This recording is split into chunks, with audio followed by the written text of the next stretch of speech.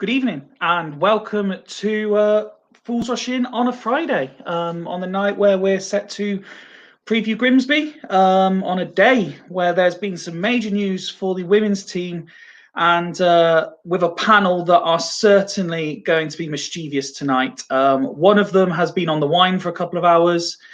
Another one is high on sugar. One is running late and will join when they can. But before we say our hellos for today, I think it's only right and fitting that we do the traditional intro. But welcome and thank you for joining us on this Friday evening edition. Take my hand, take my whole life too, but I can't help falling in love with you.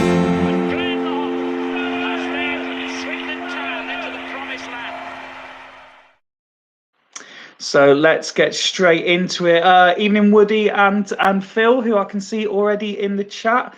Thank you for spending time on your Friday evening with us. Safe journey home, Woody. Let's start with everyone's favourite, BTB. Good evening, sir. Hello, Fifey. How are you today? I'm very well, and it looks like BTB is rocking the TSTBL as well. I am after Hannah's news today in homage to him.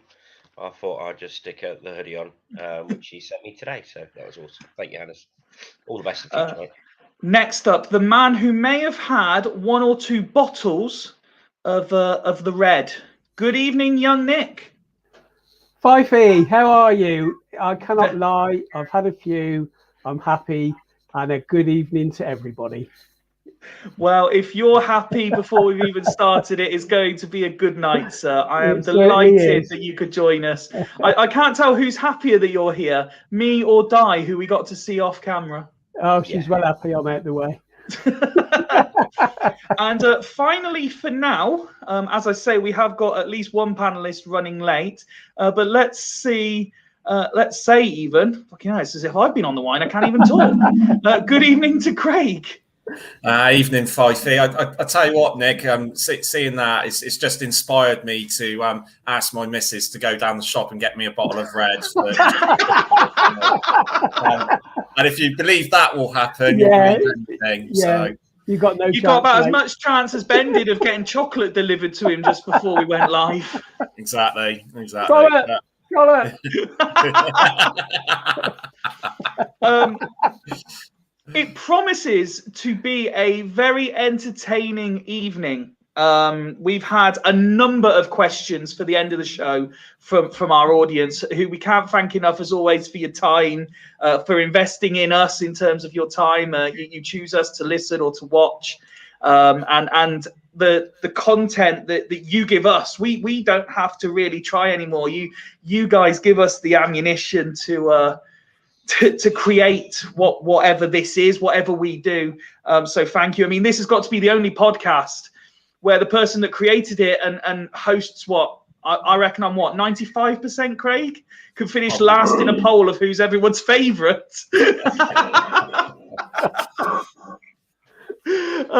Let's kick on, and Craig, I'm going to start with you because today there was some huge news, and it's worth saying, obviously. Woody is obviously our big advocate for this, and so we are going to spend a much longer time when he's next available to come on talking about this. But huge news for the women's team today.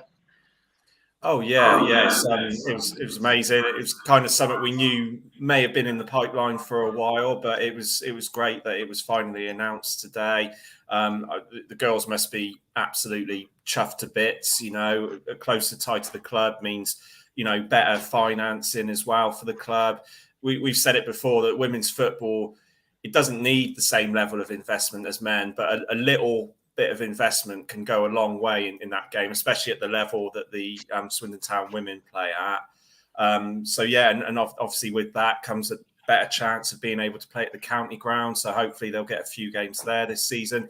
As we've mentioned before, that would mean a lot to the girls that play. And it's fantastic news, and it just shows this whole holistical approach that that Clem and the ownership and the hierarchy are putting into the club.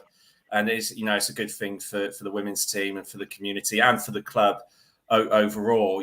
Hopefully this will mean that the women's team will be able to get more people watching them, and vice versa. You might increase attendances slightly for the men's team. So it's a positive thing, and it's a good thing for the club and for the future of the women's team. And that word you used there, I think, sums it up, is community. Because we've always said since we started this right back in day one, we wanted to be advocates for women's football as best as we could. Obviously, Woody and Rich are the ones that had that intricate knowledge, and we built on that. We've had yourself go to a couple of games now and always give such glowing references. We had Joe as well. He's done it a couple of times. Obviously, Claire was on the other day, and she couldn't speak praise highly enough. So we're hoping this just keeps sort of steamrolling into bigger and better things for the women's team, don't we? Because they deserve it at the end of the day. Yeah, of course. Yeah, I mean, and this is also, for the people who work around, who work behind the scenes, the coaching setup, like with people like Woody and everyone else who does all that work, and they don't get paid for it or anything like that. This is purely stuff they're doing taking up their own free time to do it and help develop the women's game. So, this will be good for them as well. I'm sure that they must be delighted as well. So yeah, this is really good news, and it also should put to bed a few things about Clem's role in the club. He is obviously here for the long term. If he wasn't, he wouldn't be doing this, bringing the women's team in and putting that investment into the club as well. So yeah, it can only be a good thing, and hopefully the women's team will grow and be able to get the financial support and the infrastructure in place that they can push up as far as they can in the women's pyramid. No, absolutely. And as I said in the beginning there, we will obviously talk about this in much more depth when we've got the likes of Woody and hopefully Rich on, and maybe one or two others will come on as well. But obviously in the comments and anything that you want to say about the massive news today for the women's team, fire it in and let us know your thoughts as well, because it can only be good things. Before we move on to the Papa John's trophy review, I think it's only right to say, turns up when he wants, turns up when he wants, in his new green shirt, turns up when he wants. Good evening, Ned. Hi, Ned. Oh, hello. Oh, yeah, here we go. Yes, Ned is rocking the new green shirt, and you can see there F.R.I.day on the back. The podcast's favourite player. I'm glad is rocking, and he's got the home shirt there too. Look, Fools Rush In on the back. In. I love that, Ned. Well done. Superb. And what number is it? Number 1, baby. Number 1. Oh yeah, baby. Yeah. Number 1. How are you, sir? Yeah, good, thanks. Oh, bit of a rush this evening, but I'm here. I got home and found that my dog's just pissed on the living room carpet and shat in a toolbox. So, Oh wow! happy days. Welcome to the show, Ned. Welcome home. Unbelievable. It's like the continuation of the craziness. This is certainly going to be a crazy evening. I will come back and I will flash that up again. Woody very kindly on his travels has sent in, for anyone interested, the fixtures relative to the women's teams today. So I will make sure they get posted as well. Anyone interested in any spoilers on the international football, by the way? I know that you've all agreed to come on the panel because you're not that fussed about what's going on. But does anyone want to know? Yeah, go on. Italy have just taken the lead. Oh. What do you expect, I guess? Let's turn our attentions back to the matter at hand, and that is Swindon Town. And in the absence of Rich, Nick, I'll come to you, and there's only one place to start with the game on Tuesday, and surely it's this. Certainly The was. moment everyone's been waiting for. Yeah. Danny, Nick and his superfan Danny got to meet on Tuesday night. We did. Never mind the football. Just meet the lovely Danny. And who was happier? I think Well, she I was obviously, wasn't she? Yeah. It's great, and obviously that we're all fortunate, and most of us somewhat bewildered that people are actually interested in having photos with us. But we do appreciate it. Hey, we love. Mike, Eagle Eye Mike, by the way, has already spotted Nick hasn't got changed since he met Danny. Oh, Talk us through the game, Nick. Obviously, it was another defeat in the competition, but talk us through the whole evening. First half, we were really poor. A few players off the pace. Iandolo, great to see him back, but he was nowhere near the game. It's going to be a while before he's first team level. The one I was actually disappointed with was Aguiar first half. He was really poor. Second half, he stepped up. Khan midfield was excellent, played really well. It's a pity Woody and Rich aren't here tonight. So I wanted to ask the question that Lindsay said he changed it at half time, changed the setup, matched them.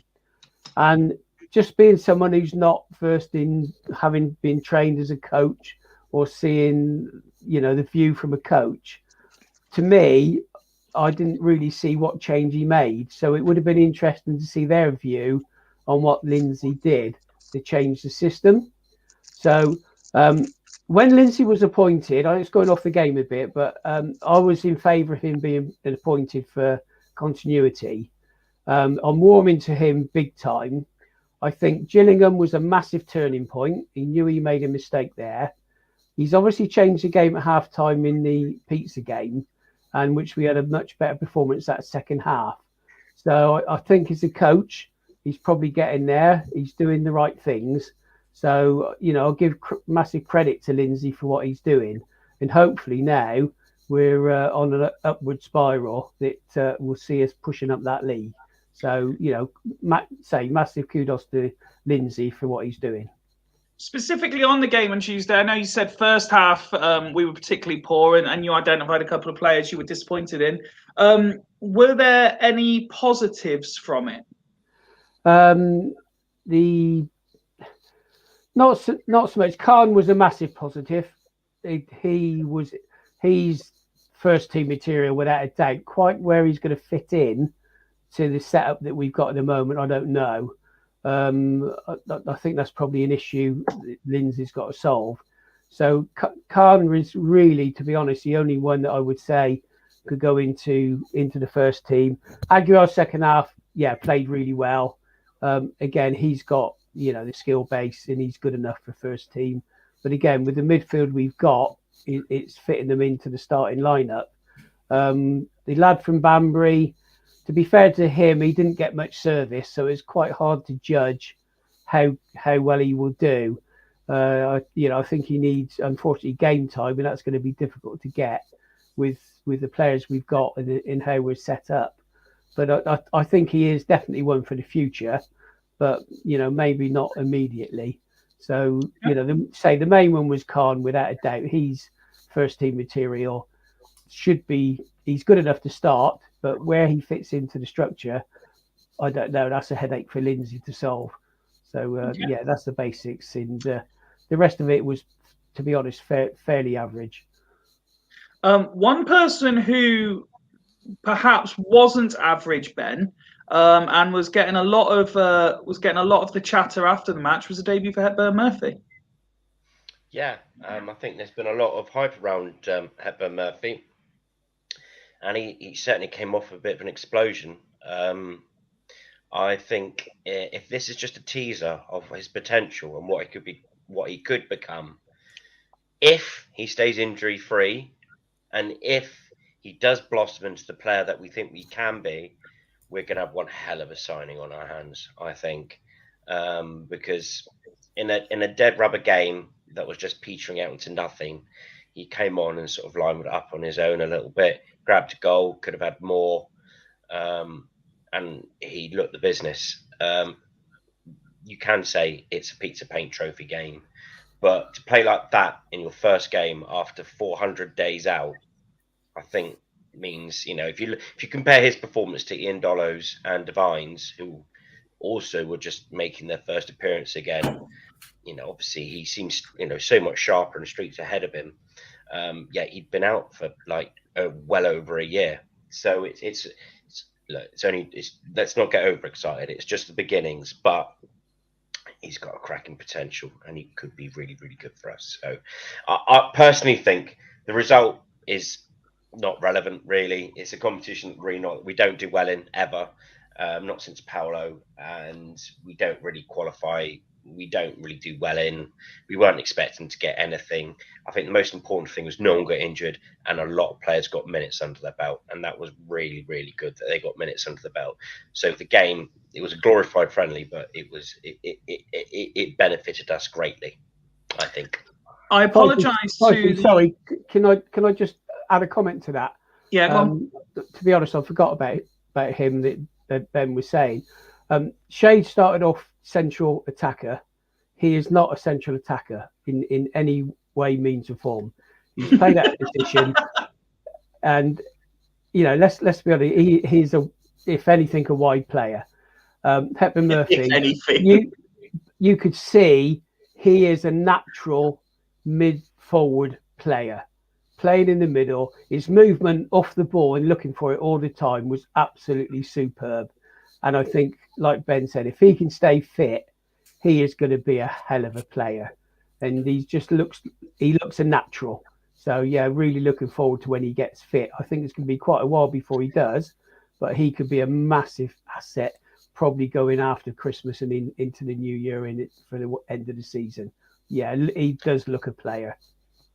Oh my! Is this I was just going to say, post-match they did an interview with him, and he says, like, how far are you away? Hawks went, how far are you away from being, feeling right, feeling yourself? And he went, I'm running on about 55%. And if that's 55%, then that's pretty good. Yeah, agreed. So, absolutely. Yeah, fingers crossed.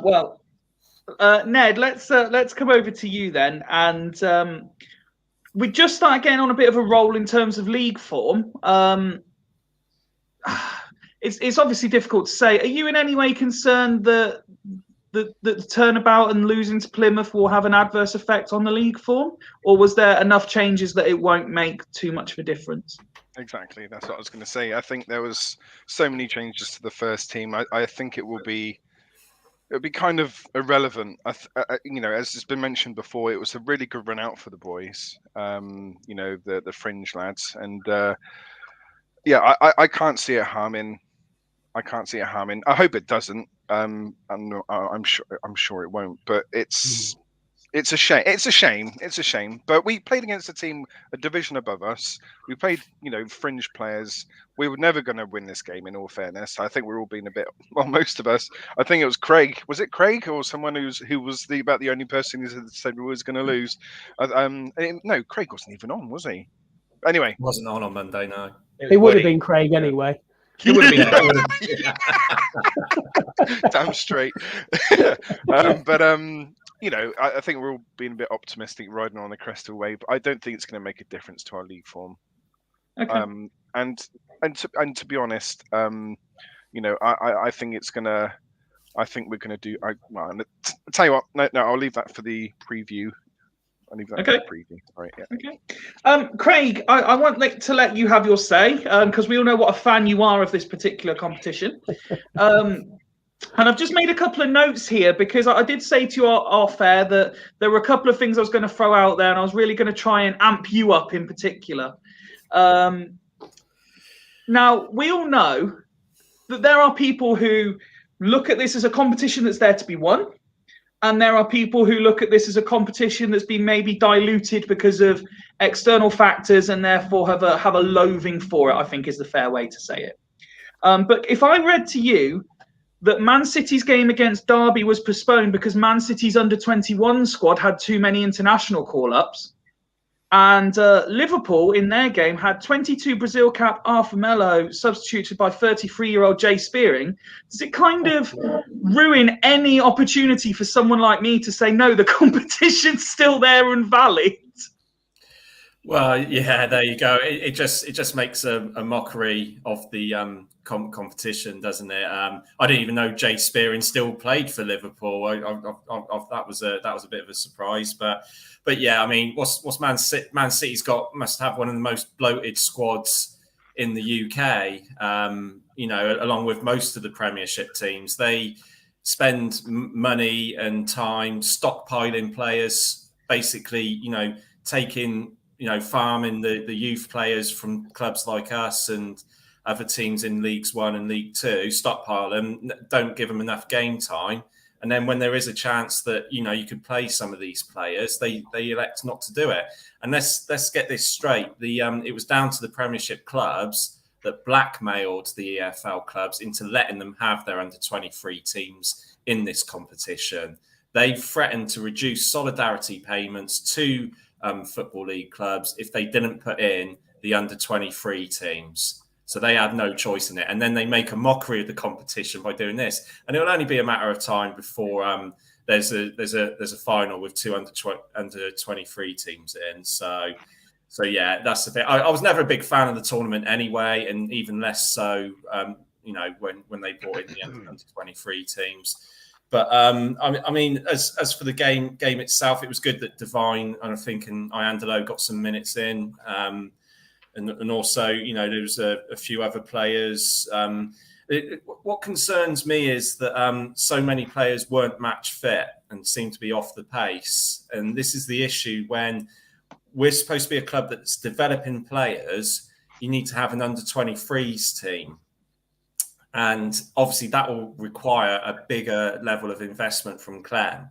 But if this is what we're going to do, if we're going to do this properly, develop players, you need to have an under-23s team. Because, who did we have? We had Aguar, Roberts, Iandolo. But Iandolo's come back from an injury, so that's fair enough. But like Aguar and Roberts, they haven't been injured, and they were very slow off the pace as well to begin with. Yeah, so that is a concern. If we are going to develop players, we need to be giving them, minutes on the pitch to keep them fit and develop them and sell them on.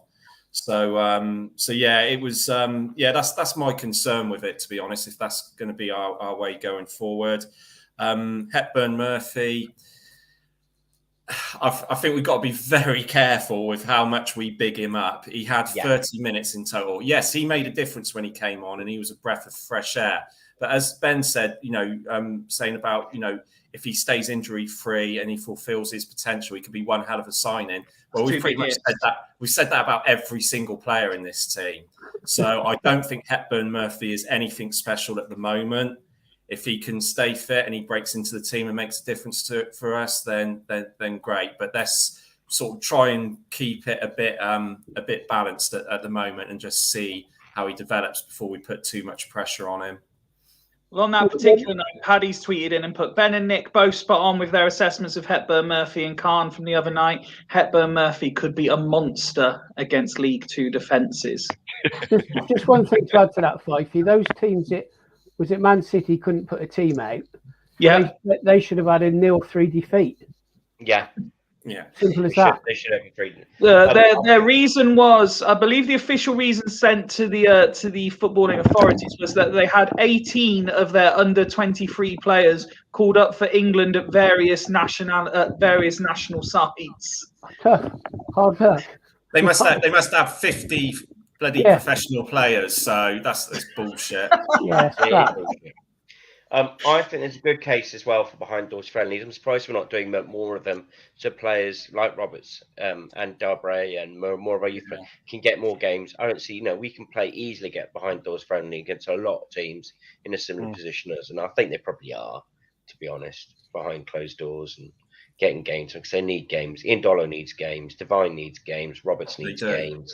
There's so many players that are fringe players that just need games that don't get, so many of them. So I think we should do that, but it might well be. I don't know. Well, let's move on to some non-STFC specific conversation because I have been asked to ask you guys your thoughts on a couple of stories that have come out in recent days. So Ned, I'll start with you. Mansfield are trialling moving a 3 o'clock kickoff to 1 p.m. to see how that helps with saving energy and therefore cost of living crisis. Your thoughts? Could you see the traditional 3 o'clock moving to 1 o'clock if it was to help costs? And if it does, do you think those cost savings will be passed on to the supporters? Well, that's the thing, isn't it? I mean, it's for the. I don't think it's for the fans in any capacity. It's a good marketing ploy, but it's definitely for cost saving for the club. But to be honest, if you're a club, I mean, I was going to say Mansfield aren't really a struggling club, though, are they? To be fair, they've had a lot of money pumped in, but I like it. I think it's a great idea personally, and I think more teams should do it. So therefore, there's no 3 p.m. curfew anymore. I'd love that. I'd love it, to be honest. But I don't know. I think it's. I mean, I think a factor in it would be depending on who you're playing. If you're Exeter and you're playing at home to Carlisle and you're asking it to be a one in the afternoon kickoff, I think you're being a bit harsh on the away fans there. But no, I love the idea. I think it's brilliant. I can't see no reason why that should sort of roll across to maybe the teams who are struggling financially to get involved with that type of thing.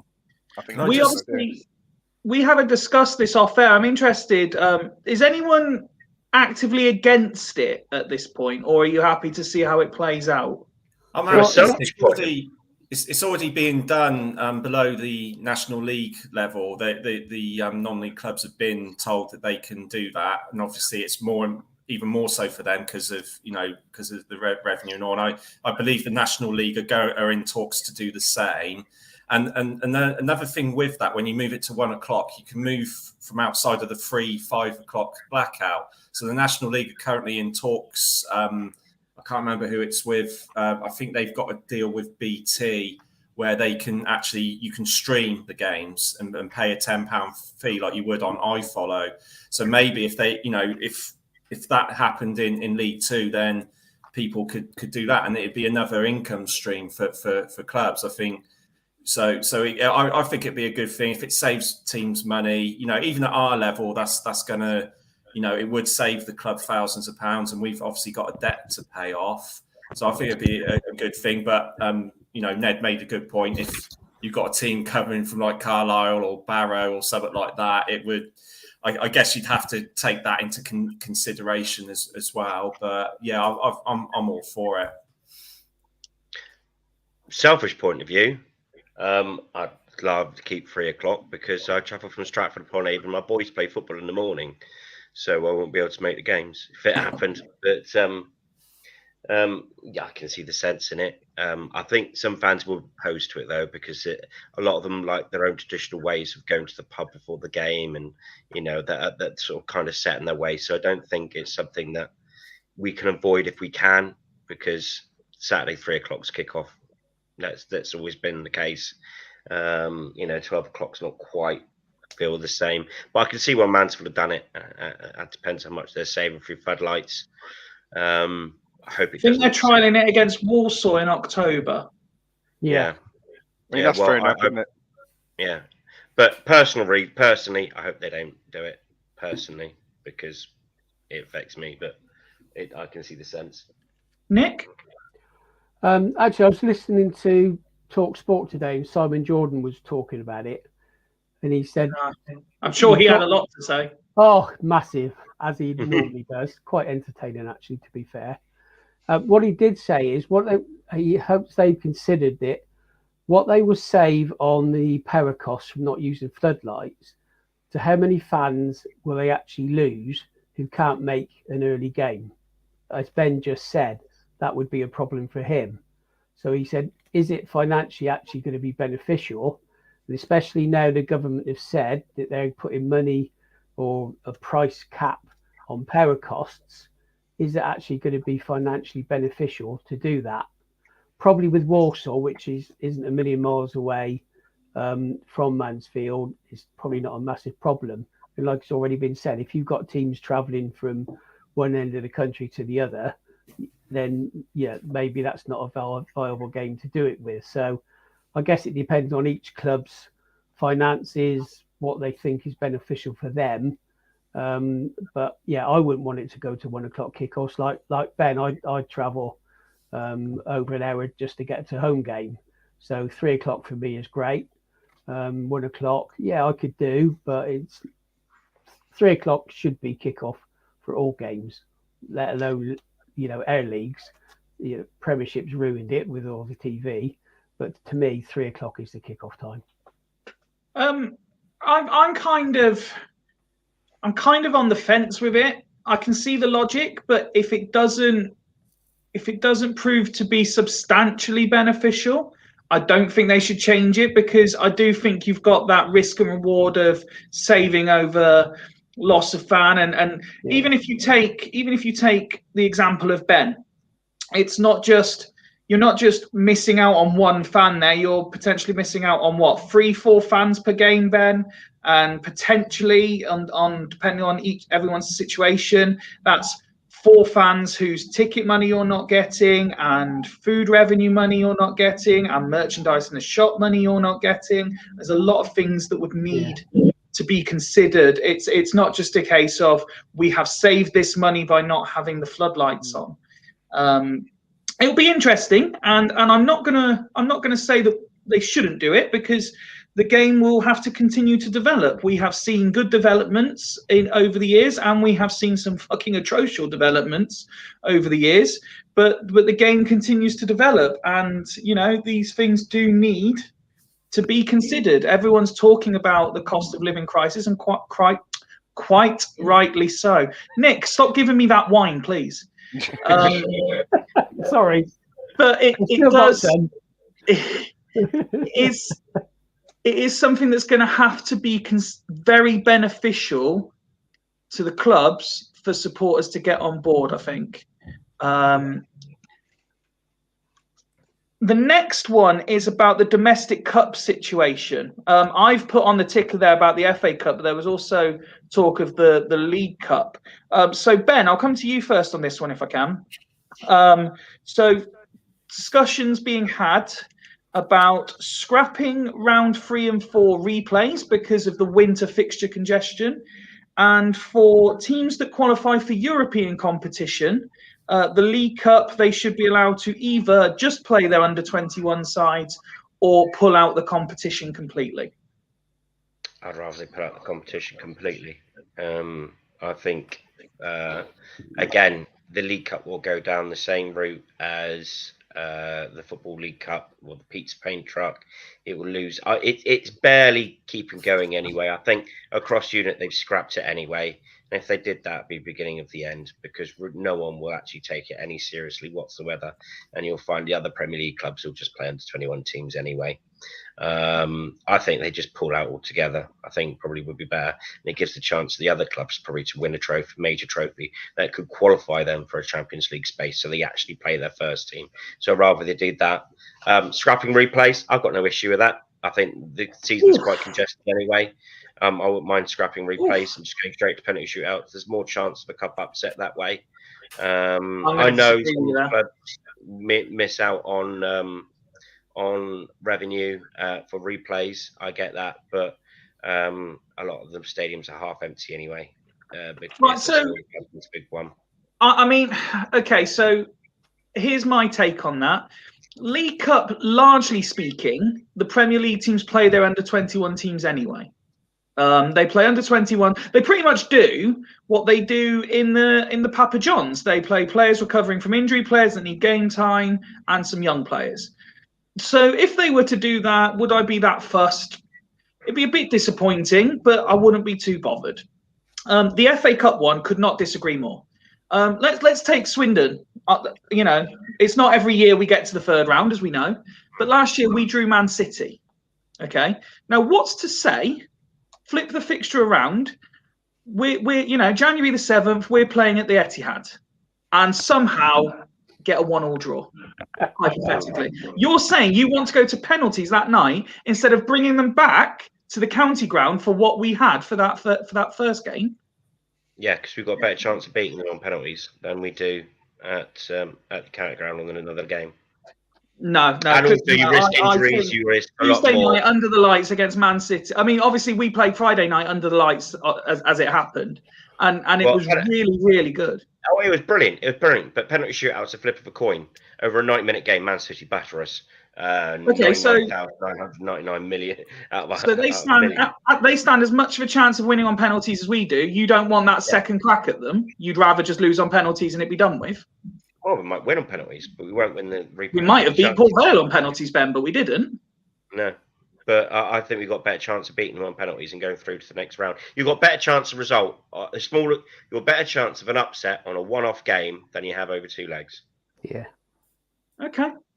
Nick? Yeah, I tend to agree with Ben that if you look at, I disagree with what you're saying, Fifey, about playing under 21 teams. I think if you look who's won the League Cup over the last few seasons, and when it gets to semi-finals and final stages, they put their first teams out. Right, that's 2 games out the whole competition, though, Nick. Which to me is wrong anyway. I think the League Cup should be the Football League Cup. Ditch out the Premiership teams and bring in the National League, and that would make it a better competition. The problem is, how much sponsorship money do you get running that cup? That's the issue, and it all comes down. How is that any different to what was the Papa John's before the Premier League came into it, or the FA Cup first round? No, it's probably not. But the under 21s, 23s, whatever it is, coming into Papa John's is pissed everybody off, and nobody likes the competition because they shouldn't be in it. So I would say League Cup, yeah. Get rid of Premiership teams, let them go into Europe, let them play all their games in there and carry on with that. FA Cup, it's a difficult one. If you're going to scrap replays in, what do they say, 4th and 5th round, 3rd and 4th round? 3rd and 4th. If you're going to scrap it in 2 rounds, you scrap it on all rounds. And you can't do half and half. And this is the problem with the football authorities. Like the FA Cup, some grounds you have VAR, other grounds you don't.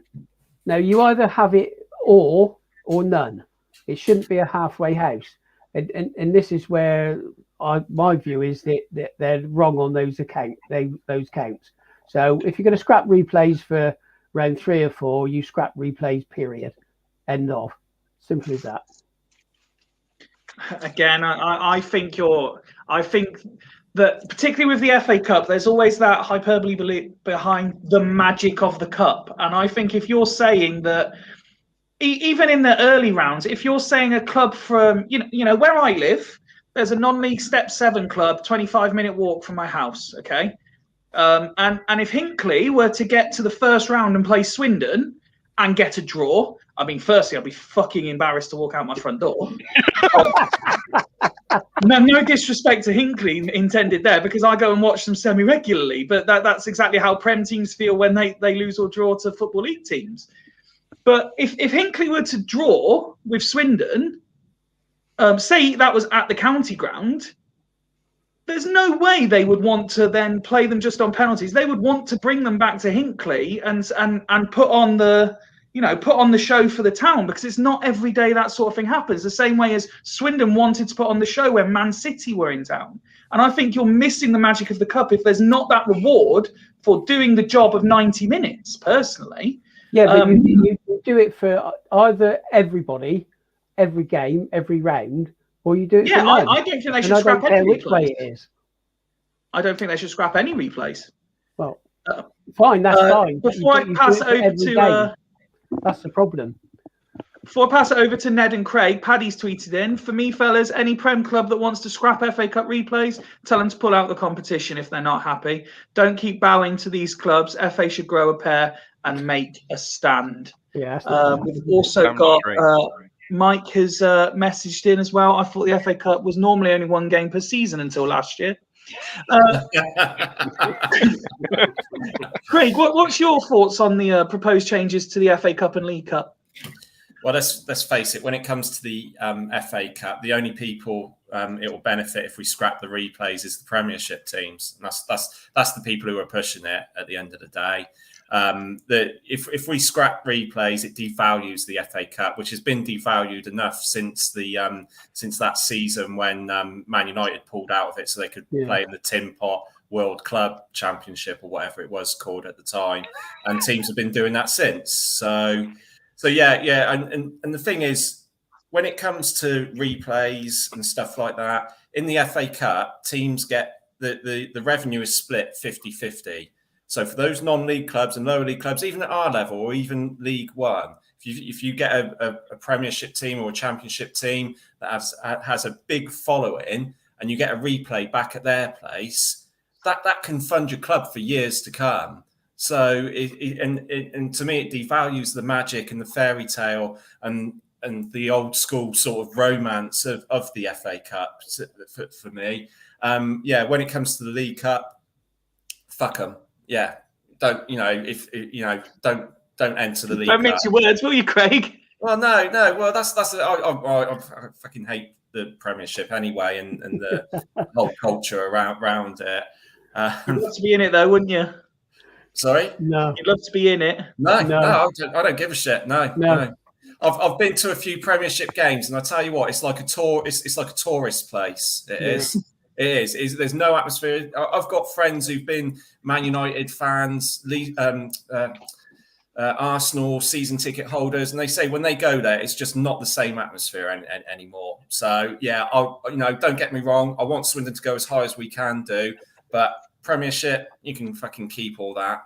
I don't want that fucking circus coming to my club. But I'm a miserable old bastard, so that's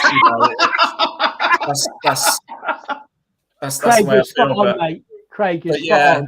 But League Cup, Premiership teams, cheerio. FA Cup replays, no, don't scrap them. Ned? Well, I'm just going to be the counterbalance there, and I'll be happily in the Premiership. I just want to say, for so many reasons. But yeah, I get where Craig's coming from, but I wouldn't reject Swindon's entry to the Premier League in any capacity. Can I just say, before we go any further, I've had issues with my dog this evening, and now, today, we've got my daughter's new glasses come through, and she just chewed the fuck out of them. Look! Cracked the leg on one side. What? Your daughter's chewed them? No, my dog. Little bitch. You'd have to sell your dog, mate. Oh, Jesus Christ. Unbelievable. Anyway, so FA Cup, as far as I'm concerned, don't touch it. It's the most amazing cup competition in the world, so let's not change it. League Cup. I mean, no one really cares about it until like the quarterfinal, do they? No one cares. Even if it's 1969. Yeah, that's it. But it was the World Cup then. What's that? Oh, it was the World Cup in 19. It was everything in 1969. But yeah. But yeah, there we go. It's yeah. The guys have already said, if they're not willing to pay out, a larger percentage of first team players, then kick them out. Why not? They obviously don't want to win it, so kick them out. Okay. Interesting views all round. Please continue to send in your comments and tweets about what you believe to the reported changes being discussed to the competitions and your thoughts on potential 1 p.m. kickoffs as well. Let's turn our attentions back to STFC then. Back on the road tomorrow. How are we all feeling ahead of the trip to Grimsby? Ben, you obviously, in your special way, you found every possible podcast to appear on this week to preview the fixture. So we'll save you till last, and I'll go to Craig first. You feeling confident, pal? Don't think I've been. Yeah, I think Yeah, I'm actually feeling pretty confident for a change, which is Fucking surprising. Oh no. Oh no, Craig's confident. So obviously, whatever I go for, just the Oh. opposite would probably happen. But Right. but yeah, they're better away from home, that's for sure. They've all 4 of the games they've won have been away from home, and they haven't won at home. But I think all 3 of those were draws when I checked earlier.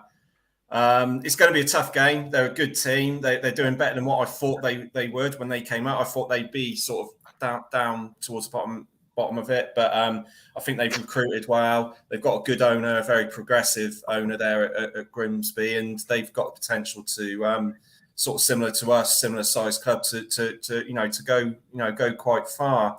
I think it is going to be tough. They're a strong physical side.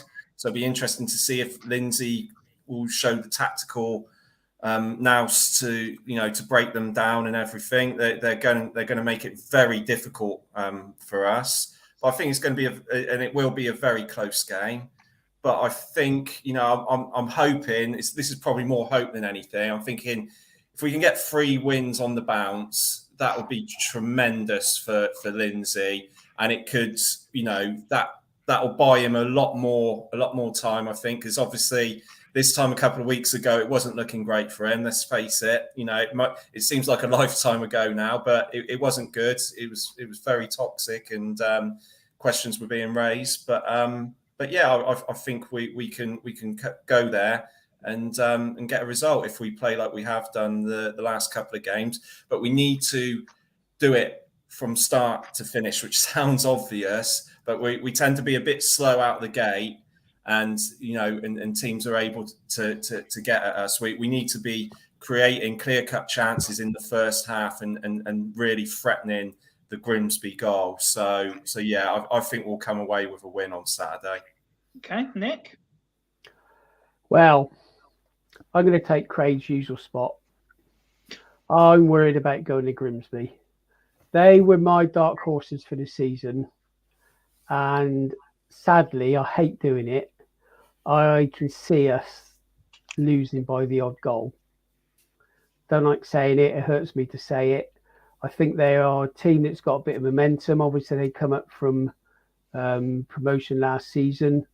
I think they're.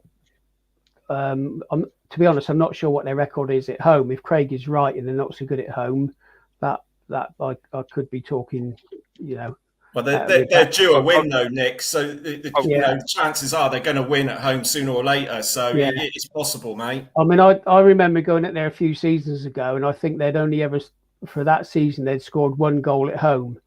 Kessie Anderson scored an absolute blinder, smashed it in, and we lost 3-2, which sort of about summed up our game. Us going up there on a Tuesday night. I mean, that was really fun.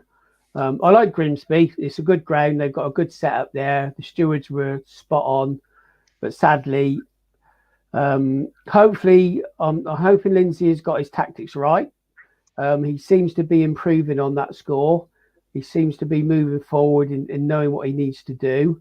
So, I hope he pulls it out the bag, but I wouldn't be surprised if we don't lose by the odd goal, sadly. Ned? Right. Yeah.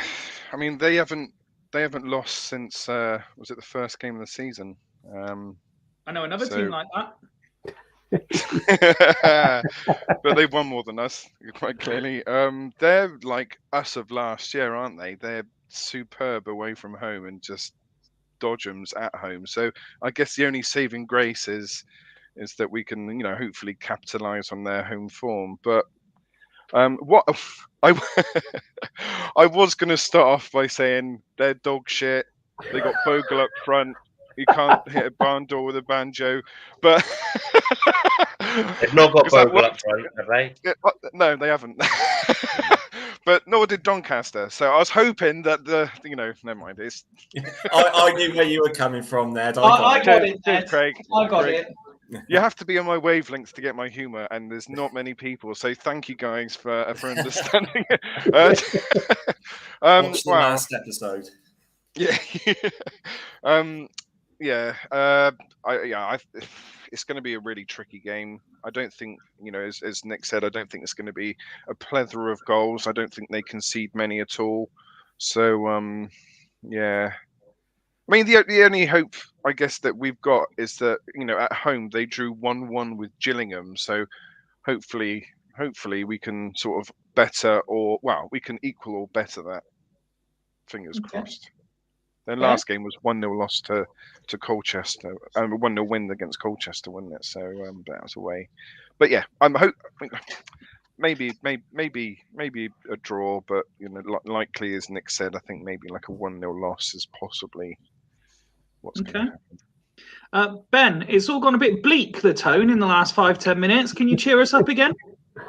Well, I was going to say I'm going to have to go against the grain and so go what I usually am, quite upbeat, but I'm going to have to say we're going to smash them, the Tin Pot Bastards. I'm quite confident in the game. I feel quite good about this. I think we are in a bit of a crystal wave. I think we've got this thing where we can go at them early. Hopefully, we can start on the front foot. I think the first goal is quite important. If we can get the first goal, I think our confidence will grow. I'm looking forward to seeing Wakely and Jeffcott on the pitch at the same time, which I think probably is going to happen this weekend. We are going to miss Williams, but that again opens the door for someone else. I'm quite keen to watch Roberts and see what he does on the pitch. I think he's a bit of an unknown quantity and a bit of a talent. And I think our squad is pretty good at the minute, where we've got players for different situations. If we need to shore it up, we can stick Khan on. If we need to open up it, we've got Darcy. I think, coming back to full strength as well. Ian Dollo on the pitch is going to help. We've got plenty of options on the bench. I think we're looking pretty strong at the minute. And I think we've probably got a little bit too much of them. And I think if we get our noses in front, we'll hold it. Do you think Iandelo's going to be on the bench tomorrow? Yes. Yeah, he'll be on the bench. Yeah, he is going to be on the bench. Okay, because that gives us a lot of options to change the game then, doesn't it? If things aren't going according to plan. So if we need to beef it up a little bit, we've got our super sub in Murphy Richards. Hepburn Murphy. That's a washing machine. We are desperate, and we do need to go at tiring legs, or if we're looking to hit the break in the last few minutes. Got someone like that. We've got, you've got a strong number 9, Jeffcott. We've got Wakelin in some form scoring goals. We've got, if we need to beef it up, we've got players that can put a tackle in. If we need to chase the game, we've got that. We're looking all right at the minute. So I'm going in quite confident. And also, we can make it 3 wins and 3. We're throwing the gauntlet down, just saying we finally arrived. And we'll be up amongst them. So I think it's there for us. If we really want it, we can do it. I think as much as it's going to be a tactical battle, it will certainly be a physical battle as well. I think we're going to miss Adeloy's physicality. He's still out for another 2 weeks. So I'm disappointed that he won't be able to feature. I also much rather be playing him in September than I would do in February or any other time where it's windy, wet, cold, and horrible. This is probably a better time to play him. The only way we're missing Adeloy's physicality is the person carrying the kit bag into the changing room. You just wait. I'm actually quite upbeat about this. I'm quite upbeat about the game. I do think it's going to be difficult, but if we can start quickly. Murphy Rich is the kettle, isn't it? If we can start quickly, I think we could have a decent day. And I think if we take the lead within the first 10 minutes, I think we win 4-1. I think if they keep us, at 0-0 at half time, it becomes a real battle. It becomes a real struggle. In answer to Claire's question, hearing that McDonald is fine, I do expect him to start. Do I think it's the right decision? It's hard for me to say because I don't get to all the games to see everything happen. But from what I do see and from what I hear, would I prefer Baldry to start? Possibly. but at the end of the day, he's the captain, and unless he's absolutely stinking the place up, we're talking like certain wingers who are appearing on panelist shirts in the first couple of games of his tenure at Swindon Town, then I think we stick with him, because he is clearly a player of quality, and certain ability, and he obviously offers something as well to be given the armband. So do I think he'll start? Yes. Do I think that's the right decision? I don't know. I think he should start, and I've been his biggest critic this season. I haven't been impressed with McDonald at all, but because of the type of player he is and his physicality, we're probably going to need that against Grimsby tomorrow. So, and I think he'd be better. That'll suit his game better than it would with Baudry, and hopefully he'll put in a performance that is, of the player that he's supposed to be. Because, like I said, I haven't been impressed with him so far. He's due a good performance for us. Let's do a quick fire round of actual predictions then. I'll go first, and I will say I'm going to stick with what I did in my little preview there. We'll score in the first 10 minutes and we'll win 4-1. Ben? 3-0. To Swindon? Yeah. Nice. Nick? 3-0 to Town. 2-1 defeat, I'm afraid. 2-1 defeat. Craig? 2-1 Town. 2-1 Town. Swindon Nice. Town. Oh yeah, Swindon Town. Yeah. Yeah. There's Can't only go one wrong with town. There's only one town in my book. So Ned? I think we'll probably lose 2-1, but Shade's going to get an assist.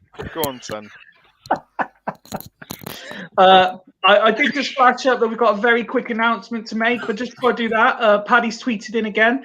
At Falls Rush In, I'm with Craig 100%. For me, the Prem is so far up its own backside, and I say it again, if they don't want replays, don't enter. I'd rather be a decent championship side than be a part of the Premier League.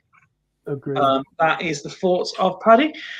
So yes, we have a very quick announcement. So we've been throwing a lot of polls out there recently to get your feedback, because for us, as much as we absolutely love, spending these 3 to 4 hours a week talking nonsense and having a laugh with our mates and having you guys all getting involved with questions and in the conversation.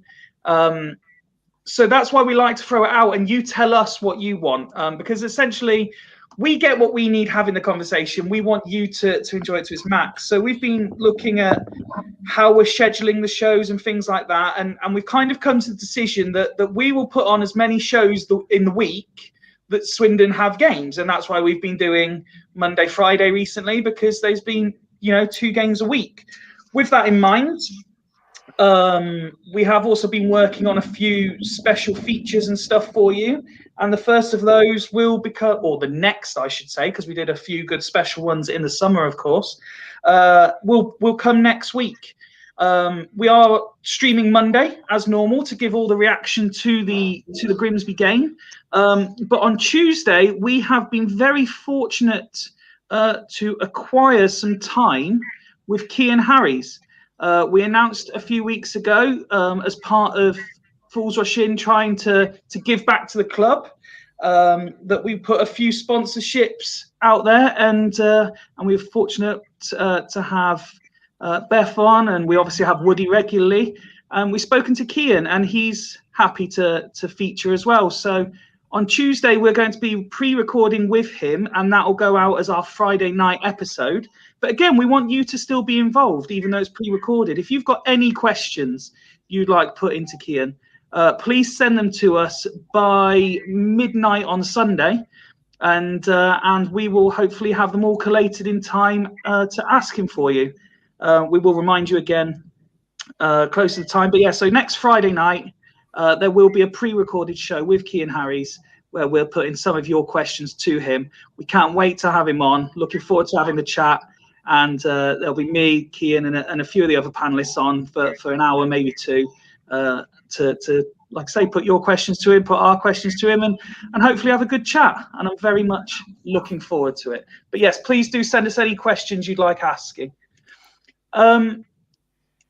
We've hit the hour mark and we've reached the final section, but it's a good job really, because, and again, as I said in the intro, thank you very, very much. We have received a number of questions this week, and they are going to lead to some very interesting answers, that is for sure. Paddy has tweeted again, I think we'll grind out a 3-2 win with a late winner. So guys, if you're happy to, I have a pad full of questions submitted by the audience that they would like you to answer. Evening, Royston Cropper, who has just joined the chat. Everyone. The first question comes from John, and he wants to know, which panelist do we think would do each event in a heptathlon? So I will read out the events he sent in, and I will let you know, we can discuss it as a team and decide who's doing it. So the first event is the 60 meter. So sprint. I'll start because I'd like a different panelist to do each competition if possible. Yeah. I'm going to put myself down for the 60 meters, not because obviously I'm a natural athlete, but you know, I always say when I joke about physical stature at work, I'm built for short distance power, not long distance endurance. So 60 meters about as short as a sprint race goes. I'll nominate myself for the 60 meter. Ben, who are you putting in for the 60 meter? Oh, let me have a think. Rich, probably because he's the fittest one out of the lot of us and he's the youngest. I have a guess. See, I'm saving Rich for one of the later events. Nick, who do you think's best equipped for the 60 meter sprint? I'm afraid it's got to be me. And the reason is the rest of the elements in there, my knees are shot to fuck. So I wouldn't be able to do any of them. And the only other one was the long distance run, and I fucking hate running long distance. So I was really quick, certainly over 5-10 meters when I played football. It's got to be 60 meters for me. Okay, nice. Ned, who are you putting forward for the 60 meters? Well, I was going to say Rich because he's the slimmest out of everyone. Do you know what? I was pretty rapid when I was younger. So again, like everyone else is doing, I'll stick with Rich because I think I'll probably be better used further down the line. Okay, Craig. Yeah, I think I'm going to have to go for Nick for the sprint because I'd imagine he's very quick when he's chasing after Danny. Hey, so it looks Craig, like Craig, listen, I don't need to chase. I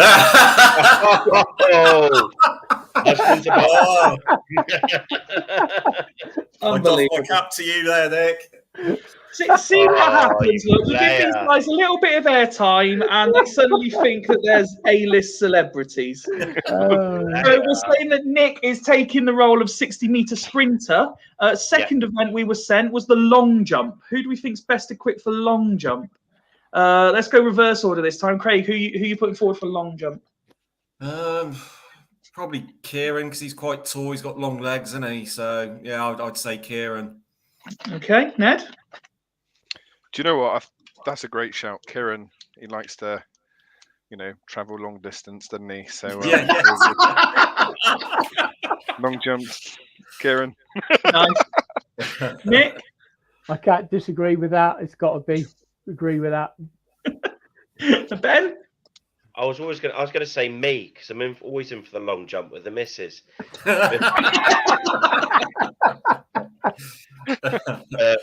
But yeah, Kieran goes some distance, to like southern parts of Spain.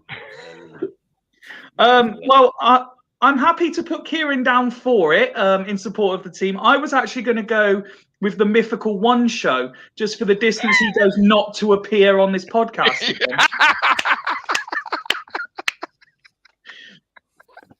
You never know. Brilliant. One day, the day. lesser spotted one show may turn up again. Yeah. 2 shows. Shot put. Who we thinking's got the guns for shot put? Nick. Well, because yourself and Ned are fucking giants, it's got to be either of you, and I've got to go for you, Fifey. You would be the man for me. Thank you, mate. That's very kind. Ned. Well, it's either you or Joe. But you obviously. Joe would be a fucking machine at shot put. Yeah, he would. He would. So yeah, I'm happy with either you or Joe for sure. Dude, just monsters among men. The thing is, Nick says that we're fucking giants. I'm a generally average 6'1". Ned is fucking huge. Warren is massive. Warren is massive, but Ned is huge. Well, I'm not sure how to take that. Craig, who are you putting forward for shot put? Yeah, I mean, my first thoughts were Ned, and then you, Fifey, because you know obviously you're quite a big guy, and you do the mixed martial arts. So, but yeah, I think Joe, he used to work on a farm, and I could just imagine him just lifting up hay bales all day. Yeah, just fucking launching them. Yeah, Joe definitely, without a doubt. Ben? Yeah, I was thinking either you or Joe. I think what Craig mentioned about the hay bales and just chucking them about, I think Joe just about edges it. Is weightlifting in the heptathlon? No. Yeah, then it's Joe. Okay. If Joe isn't doing the shot put, then he's doing an old school Diet Coke advert, isn't he? Let's be honest. Yeah. Oh yeah.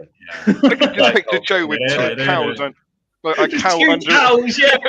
walking along, just getting some milk, boys. Jesus Christ.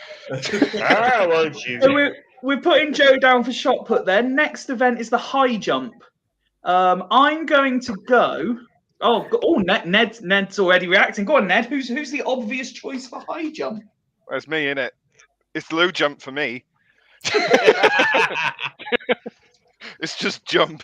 So yeah, I'll happily put myself forward for this. Okay. I'm going to nominate Ben for how scared he gets every time he has to defend the indefensible. Nick, who are you putting forward for high jump?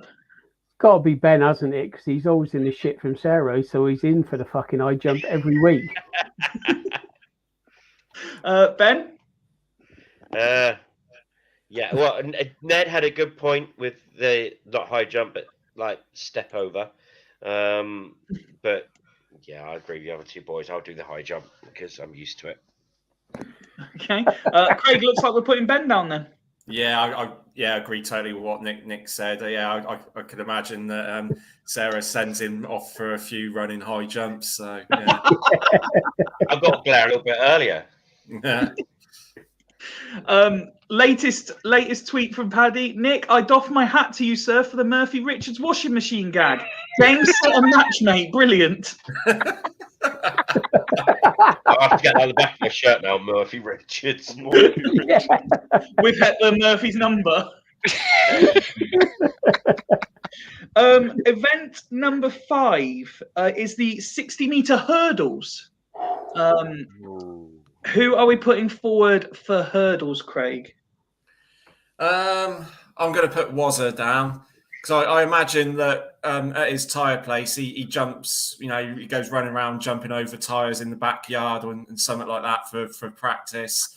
And so he'd be quite good at that. I've totally made that up, by the way. I don't know where that came from, but I just see, when they're a little bit bored at his tyre place, they get the tyres up, line them up, and they take it in turns running and jumping over them or something like that. So probably not true, but yeah, I'll go for Warren just because of that fantasy that I just made up. Nick, who's the best hurdler in the panel? I think I'll agree it's Warren, but for a different reason. I mean, I've never met him personally, but he comes across as such a cool dude, nice guy. I'm sure he gets his leg over it all the time. Oh, you can tell Nick's been on the wine. Tell his missus that. That'll go down well. Ben? I would say Nick for Nick's reasons for giving Warren.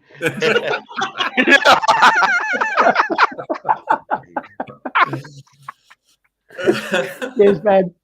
And Ned. Well, obviously he's. I'm sorry, I say he. Warren.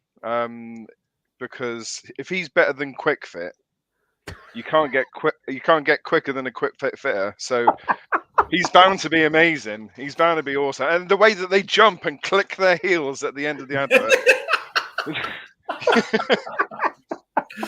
Well, congratulations, Wazza, who's being put forward to do the 60-meter hurdle. Penultimate event, pole vault. Who are we? Just got in. There's John. He's hearing it. But so this is John who submitted the game. He's just got in to hear the hurdler. Welcome, John. To catch you up, mate, just to catch you up before we do the pole vault. So 60-meter is going to be Nick because his knees can't do anymore. Long jump is Kieran because he likes to go long distances. Shot put is Joe because have you seen Joe? High jump is Ben because he's scared of his misses. And 60-meter hurdle is Warren for a magnitude of pole vault then, Ned, who we saying? It's got to be me or you. We need an event, surely. Has anyone got a Polish missus? Oh man! Not to my knowledge. All right. Okay. Well, yeah. I don't know. I've been working on it. Look, let me have a think about this one. Come back to me, Fifey. Okay. Pole vault is obviously the hard one. Ben, who are you putting forward for pole vault? I am going for Ned because Ned for pole vault. I would like to see Ned have a go at pole vaulting. I think it'd be quite hilarious.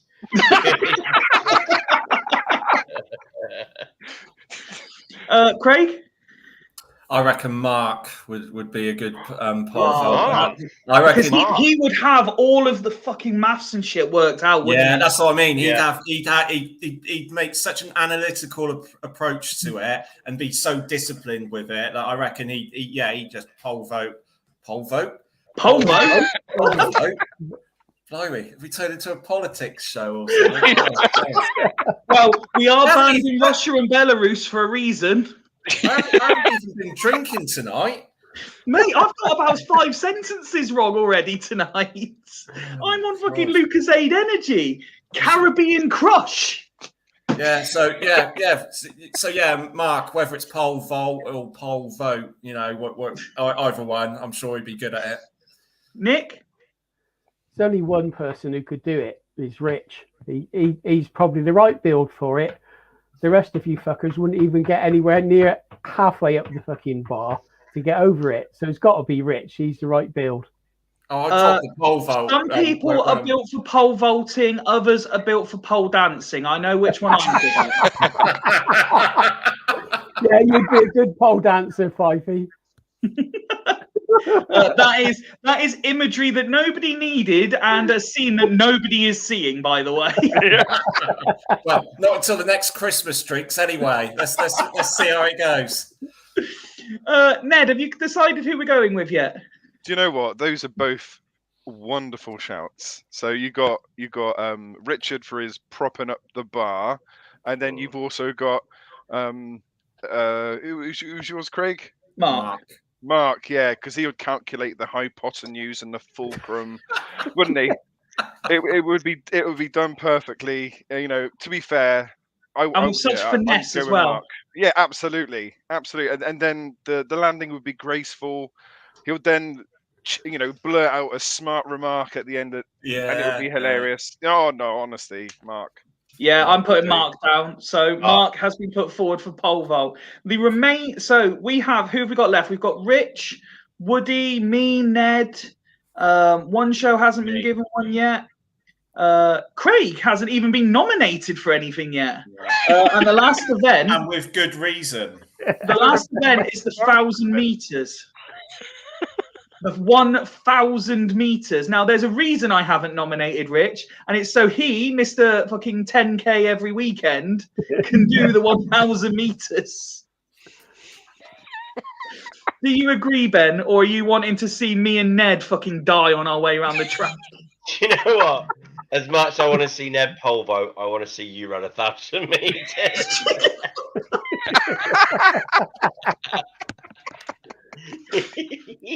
Nick? Just like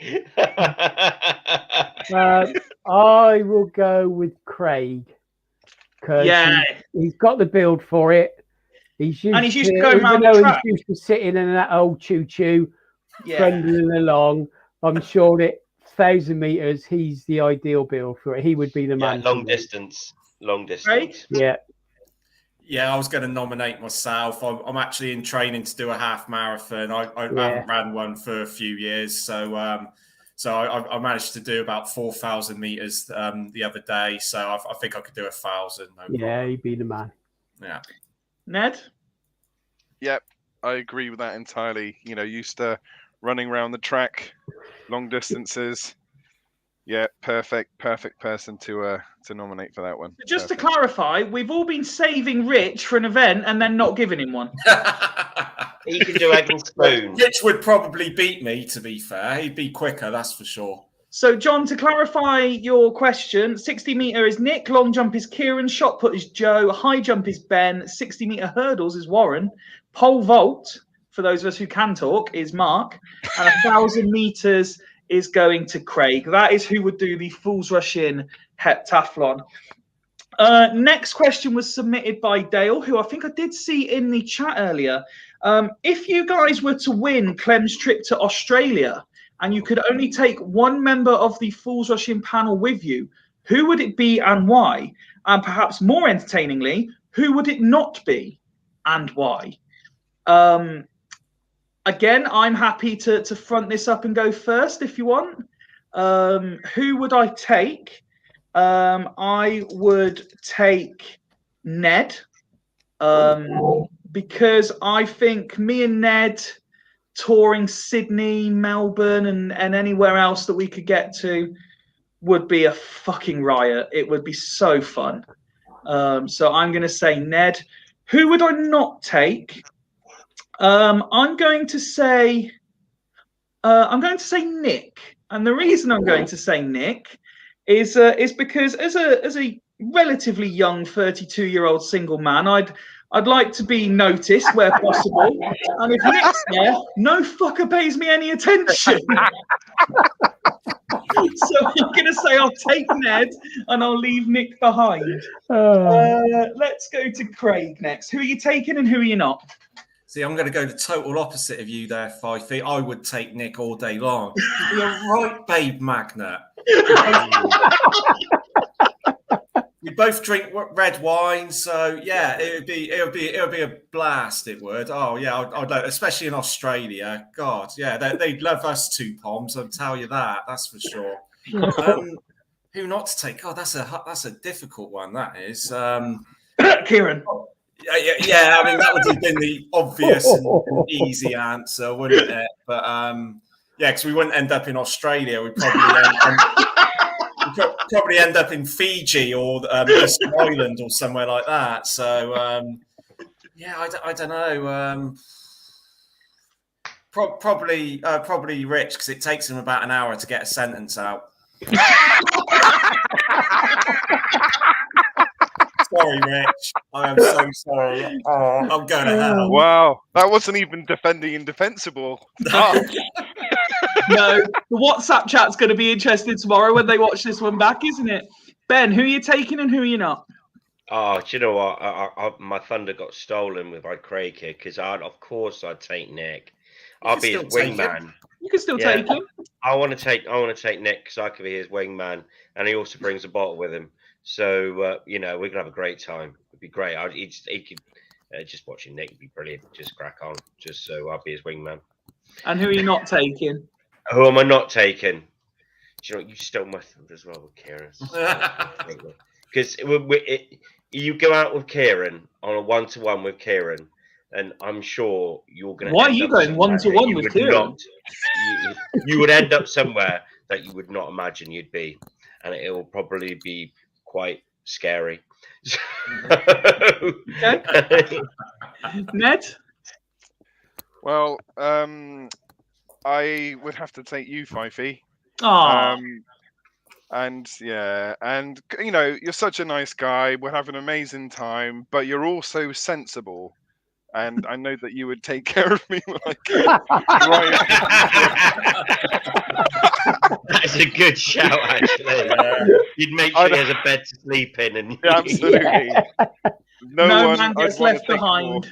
Yeah, no one that I would feel more secure with on a night out. So and also I'd be more than happy to be your wingman, because apparently the Australians love the English accent, so you deserve to get the best. They I love would the certainly English get that. accent, not the Mickey Mouse accent that I seem to talk in. the West Country East Midlands stroke. Yeah, lovely. West Country, East Midlands, stroke not hit puberty yet. Who are you not taking, Ned? I'm sorry to be boring, but we all know the answer to this, and it's Kieran. It's as Ben just said, it's going to be a fucking car crash from start to finish. And you know, you might have to take 17 flights because it hasn't been organised correctly. You know, and then you get there, and then you wake up in the morning. Is he going to be there? Is he going to be somewhere else in the hotel, or is he going to be in another country? I mean, you don't know, do you? So you'd end up waking up some field in Belarus. Yeah. Well, again, we've been banned from. We're not allowed in Belarus. In Kieran's defence, he came on my stag weekend, and I was worried it was going to be like a scene from The Hangover. But to be fair, he was good. He was good value. He was pretty good. We found it amazing because he lowered the average age of the group by about 15 years. we were just impressed by his energy and his enthusiasm and everything. It kept us going for the 2 nights we were there. So. Yeah, he can be all right when he wants to be. He's been good as gold on all of our nights out. Let's be fair. Nick, you've obviously, although you feel like part of the furniture these days, you're still the newest to the group. So I'm interested. Who are you taking and who are you not? Yeah, that's very true, and it's quite a difficult one for me because obviously I haven't been on a night out with all you guys. But I would take Warren. Christmas party coming soon, Nick. Good, looking forward to it. I'd take Warren because I think he comes across as such a relaxed, cool dude. Oh, Warren in Australia would be sensational. He would just be the man. So, and guarantee he fucking knows somebody. Absolutely. He would do a deal over there and we'd be fucking quids in. So it'd be no fucking problem. And that would be the man. So that's who I would take, is definitely Warren. And who are you not taking? Right. Now, I'm going to name 2, and I'll tell you the reason why. Wow. I wouldn't take Fifey or Ned because we're not going business class and going club class or cattle class. There wouldn't be enough fucking room in the seat next to you. Fucking giant. I wouldn't want either of you sat next to me on a 23-hour flight to Australia. That's the only reason. Not because I don't like you. I love you both. But I wouldn't want you fucking sitting by me for that long. Fair enough. Fair enough. Have you ever flown Ryanair before? Have you ever been on like one of them budget flights? No. Yes, that's all I fly by, Ben. I imagine Nick only flies BA or Virgin. Listen, I went to Australia on business class, mate. That's the only fucking way to travel. Business class tours. It was when Nick stopped flying internationally that Monarch disappeared. Yeah. The next question we were submitted, and I did happen to say that it was submitted to the Perfect Podcast for the discussion of food. We are well equipped to answer these sorts of questions. Best and worst away grounds you've been to for food, asked Claire. Does anyone have anywhere that springs to... I'll be honest, I don't tend to eat at football grounds, so I don't really feel like I've got a sensible answer to this. But does anyone have a best or worst that springs to mind? I've got one. Go on. The best food I've had for value for money was Weymouth. Oh, okay. Pre-season friendly. Had the good old normal football grub burger there. I can't remember what it cost, but it was really cheap and it was fucking brilliant. Really, really good. Oh, if we're basing it on value for money, it's not Wembley. Well, the worst, that was my next one, is Wembley. Absolute fucking rip-off. Wembley, just terrible. Don't ever buy anything from Wembley. It's a fucking rip-off. Simple. The FA will love you, Nick. Don't ever buy anything from Wembley. They can do what they like. I'd just tell them straight, rip-off. Anyone else got a best and or worst spring to mind? Well, best. I would have to say outside the ground. It wasn't in the ground. The day that we got promoted, or won the league last game of the season under Paolo. Anyway, we went to Bradford and had a 0-0 draw. Me and my mate Archer went to go for a Ruby, and we went to a curry house, and we just goes, right, we're going to try and find a place where the locals are, and it was wonderful. It was the best curry I've ever had. It was amazing. So Ben sidestepping the question and just recommending curry houses in Bradford. Yeah, curry house in Bradford was best curry I've had. It was superb. And I put black flat cap there, but I was gutted. But yeah, curry house. Worst, 100% agree with Nick. Wembley, horrible food, way overpriced. Yeah, it's just nasty. But I generally find, as a rule of thumb, the smaller the club, the better the grub.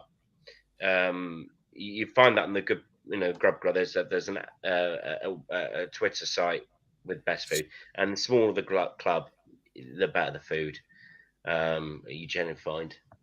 Tyson, could I just have a comment about that Bradford game? Well, I was at Bradford game when finished up as a 0-0 draw. Two things from that. One, my lad got a shirt from I forgot his name now. Anyway, one of the players, he'd given me his shirt because he was just about to go off New Zealand, and they had their disabled team walk around the pitch at the end of the game because they'd won their league, and all the Swindon fans were singing Champioles, and it was fucking brilliant, absolute magic. And those kids were walking around the pitch, putting their arms up, absolutely loving it. So, we get a lot of stick for football fans, but fair play to the Swindon fans that day. They did the club proud. It was absolutely brilliant. I do remember that day. It was half an hour of just fun. Full-time whistle. Paolo doing that. All the players are celebrating with the fan. It was one of the best half an hours that will stick with me forever. It was wonderful. And even the minute silence when we did the remembering the Bradford fire. We put them with the scarves up in a bit of silence, and the Bradford fans appreciated that, and it was good atmosphere between us too. Yeah, it was brilliant, wasn't it? Absolutely brilliant. Mike, every episode seems to find a way of telling us how good the food is at Fairford. So I am hoping to get to a women's game before the integration into Foundation Park more permanently, so I could try it on his recommendation alone. Craig, Ned, have either of you had a thought of a best or worst that you've been to in terms of football and food throughout the years at all? Well, just very quickly, can I just say, I thought Nick was going to say that he ate one of the kids' sandwiches or something, because it was about food, and then all of a sudden it wasn't. I'm so confused. Do you want to go first, Craig, or? No, that's all right, mate. You carry on. Yeah, you started, so you finished. All right, thank you. Very gentlemanly of you. I think a very, very long time ago, I went to Dumbarton. And nice. Rogue. There was on the way back, sort of just entering Glasgow, there was a kebab shop called Aladdin's, and it was fucking repulsive. I never ever. You're gonna go the other way then. Yeah, it was horrendous. I would never ever recommend getting a kebab from Aladdin's on the edge of Glasgow. Such a shame, because I'm such a big fan of a kebab as well. I was planning on going to Dumbarton this weekend. The chicken was red. It was red in colour. They had a layer of salad. So at the are bottom. we. We're reds. Oh, no, but you don't want your chicken to be red. You want it. You might want it to be like, a different colour on the outside, but it was horrible. Sorry. Craig? Yes, it's difficult really because away days like into adulthood for me, was spent going out on the piss, so we weren't really eating that much. Although I do remember one time when we were playing Torquay when they were in the Football League, and we went down there. We beat it. It was a shitty game, but we'd been out on the smash all day, and I remember eating a pie, and it was just absolute rank at Torquay. But I mean, that was like fucking 10 years ago now, so it might be different. So that was probably the worst one. Best, it wasn't actually at the ground, but my mate was a Villa season ticket holder. So we went, he had a spare ticket. We went to a game, and just outside the ground, there's a chip shop, and it was the best curry sauce and chips and fish cake I've ever had, which is what I normally have if I go to like a proper chippy. But I was a bit worried at one point because he asked me if I wanted gravy on it. And I was like, "Are you mental?" I heard that they do that in like Yorkshire. I'm pretty sure Yorkshire and all they do that. Oh, mate, don't rule out chips and gravy. Yeah, they have gravy on everything. They have gravy on their celery. That's just Crew. Crew's a good one for chips and gravy. Oh yes, Crew. Crew's amazing. I forgot Crew. Crew have fish and chip shop. It might be closed. Yeah, just round the corner in the country. Crew. Yeah, really good. But that passionate about that. It's worth travelling alone for fish and chips. Salt and vinegar only for chips. That's what it's meant to be. That's what God wanted, right? But yeah, I agree with everything else. Wembley's absolute shit. The beer's shit. The food is shit. Yeah. Can I just say though? But they're Craig. It may be shit performance, but they're good people. Yeah. Okay. Yeah. Crikey, don't do it. Don't do Really good. Yeah. Don't do it. Can I just say the chip shop across the road from the county ground, just off the Magic Roundabout, opposite the fire station, really nice. Really, I'd rather go there than anywhere else around the ground. They do a football deal on match day as well. If you don't go there, give their food a try. It's really, really good. Ooh, Okay. Try that. I've never done that. Thank you very much.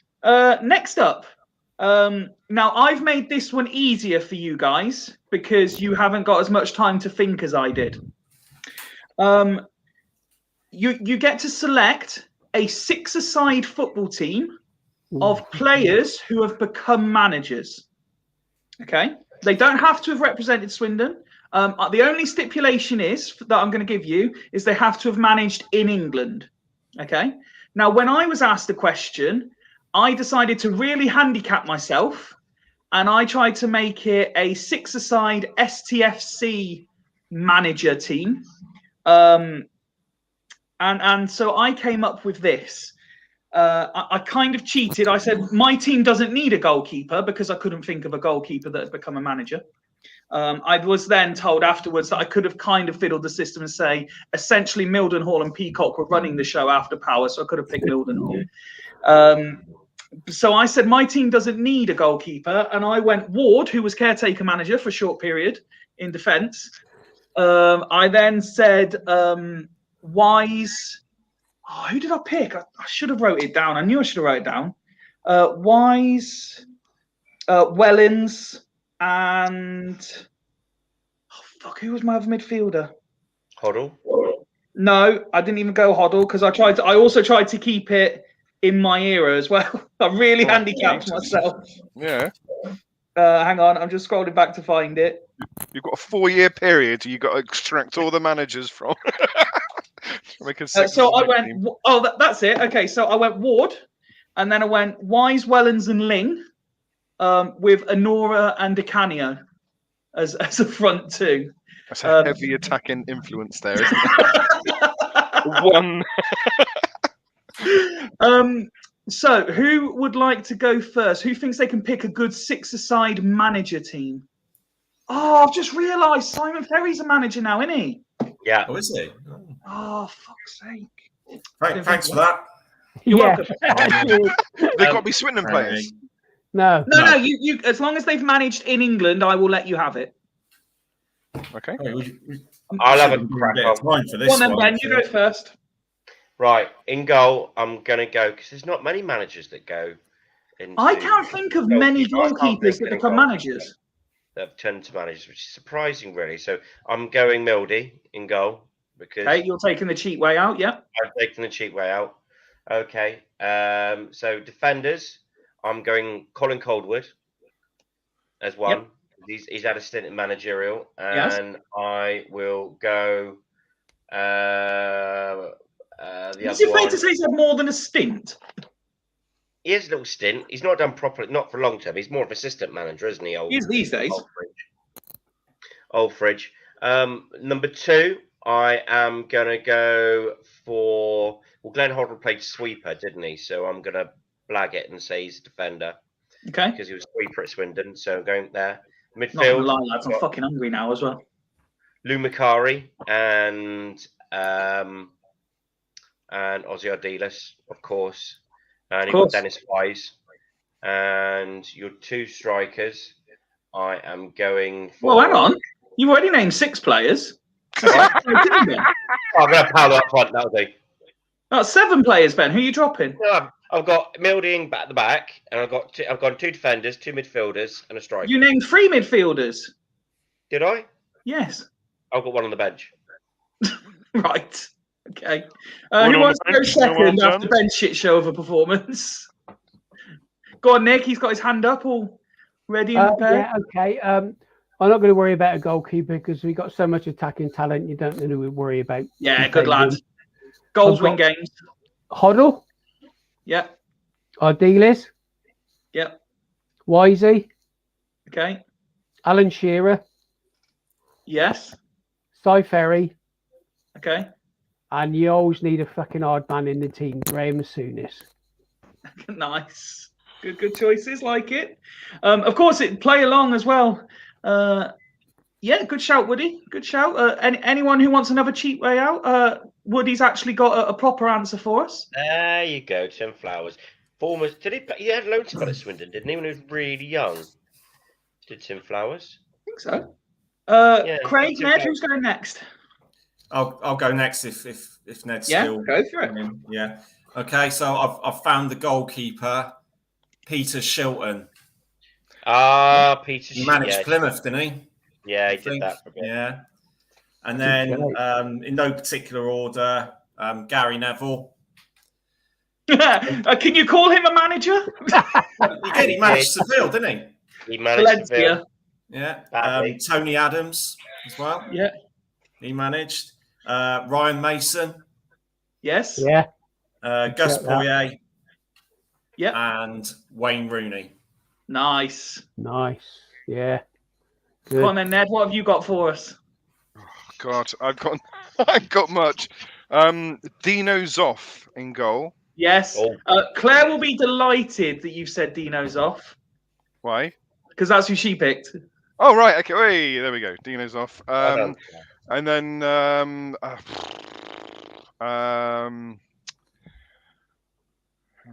Ryan Giggs, has he managed? Yeah, Wales. Yep, Yeah. Okay, so I'll have Ryan Giggs. Although technically, did I not say the rules where they had to manage in England? There's a big political debate whether Wales is part of England or not. Oh, Right, politics not part- again. Ooh. We'll get not banned part of from England. Wales next. Wales is never part of England. I just want to stress that. Right. Also, how many different episodes are you going to bring the name Ryan Giggs in just for banter? Yeah. It's my thing. It's my trademark. He's your hero. It's not my hero. Right, so I'll go with John Terry at the back. With I'd like to say Wayne Bridge, but I don't think he's managed. I'd love to see how that defensive partnership works out. Got him and John Terry. Side pitch. Yeah. Fighting at the back. No, John Terry and Terry Butcher. Yeah. Butch, yeah. Yep, we have Butch. And then we'll go with Glenn Hoddle. Uh-huh. I'm writing it down as we go.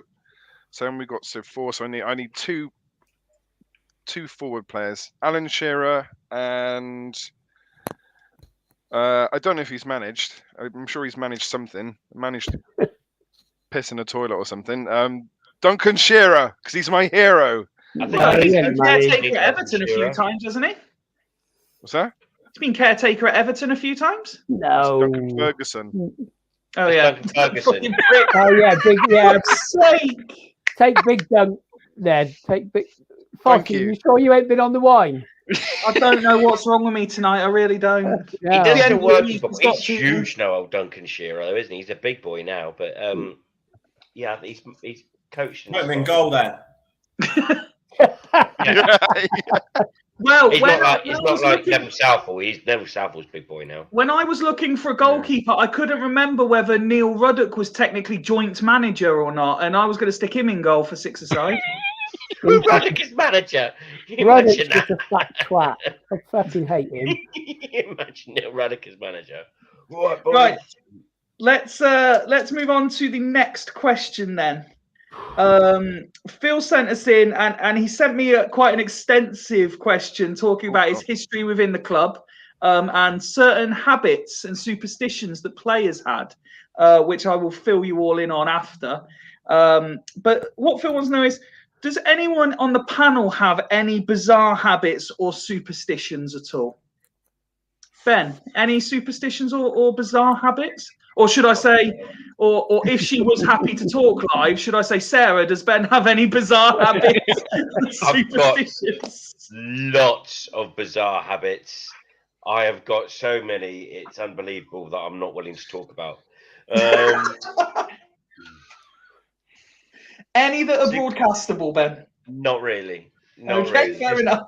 Just ticks. But yeah, superstitions. Not really. Seriously, name me a superstition that I always have to. Black cap. Yeah, okay, I'll take my black caps for a game usually. Yeah. That's why I used to always see my black cap on, but I don't wear it when it's really hot. He wears that flat cap to ignore people that he later appears on podcasts with. I obviously didn't hear you or didn't notice you. You should have just hit me in the face. Or I wasn't something. big time enough for you yet, was I, Ben? That was what it was. Pretty Craig, drunk at the time. Craig, would you say you have any bizarre habits or superstitions? Have you just been checking with Vic if she said you would? Yes, that's exactly what I was just doing. Yeah, yeah. She says you've got a few annoying habits, but yeah.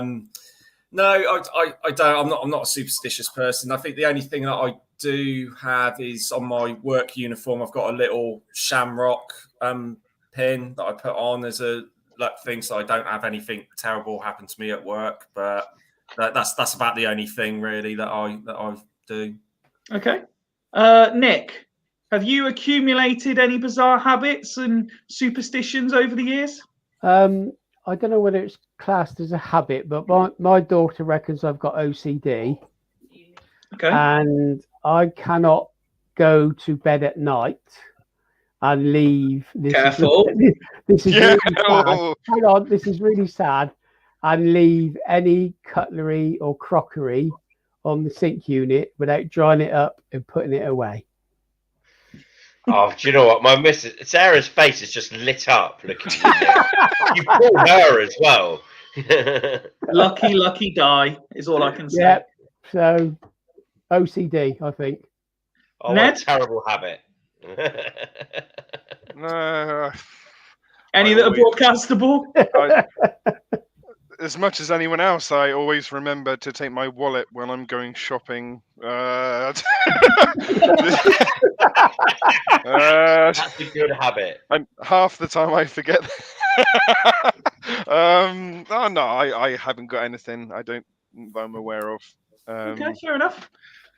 I've been trying to think. I don't know if it classes as bizarre, but I'm still very much, if I like tonight, if I'm watching the football, like England, I will always stand for the national anthem. I can't just sit there and do the national anthem. I will stand there while the players are stood there, and I will sing the national anthem. Oh, I'm going to watch that night out. I'm going to watch that. I tend to, even if I'm not performing or whatever in whatever the activity is. Like if I'm going to watch Swindon play, I will always psych myself up as if I'm a player. You know, I feel like I need to be psyched up for it. So as I'm walking in, I'll be like, "Got this, come on!" Like, but apart from that, I don't think there's any bizarre habits of stuff that I can think of. Superstitions now, I'm not really a believer in all, you know, black cats walking under ladders. Don't subscribe to any of that nonsense. So that's as best as I can come up with for that question. I am afraid. A couple more quick fire questions, and we've also been submitted a game. I'm looking at the time and thinking, do we save the game for next time possibly? 2 more quick fire questions for you all, both from Paddy. Very similar style questions, but I'm sure they'll have different answers because of the skill sets required. So the first one, if there was a Fools Rush In Royal Rumble type match, who would win and who would be the dirty fighter? Craig, who are you backing in a Fools Rush In Royal Rumble? Oh Christ. I'm gonna go for the easy option again. It'll have to be Joe. I think would win it. I reckon. And the dirtiest fighter, it would be me. I would. My dad always taught me if I got into a fight, go in dirty, grab things, fucking, or do whatever you can to get out of the fight. So I would. I'd be like fucking. I'd be biting and fucking scratching, all sorts. I would be the worst. I would. I absolutely would be. I would absolute shithouse it. I would. You would be the Ric Flair of Fools Rush In. Oh, I would. Whoever Ric Flair is. I was going to use that 5e. Oh, go on, Ned. I was going to say, well, Joe, because he's giant haystacks, working on the farm. Yeah. And then you got the dirtiest player in the game. You got Nick. He's the veteran on the scene, so yes. he'll be the woo, woo, getting all the ladies. This appears to be wasted on Craig. He has no idea who Ric Flair is. I used to watch WWF. Okay, fair enough. Yeah, I was pretending I didn't. Well, good acting there. You'd be a good wrestler. Ben, who are you backing in a Fools Rush In Royal Rumble? 5e, I'd invite you to be the hero because you absolutely love it and you would pull it off and you'd be like the super wrestler. And I'd look great, all oiled up and just in very tight shorts, wouldn't I? No, you'd be like the old school one, like the giant haystacks, Big Daddy with the big leotard on. Yeah. You'd probably look a bit like Andre the Giant. Starts off with a compliment, downgrades as it goes. Andre the Giant was a great fighter.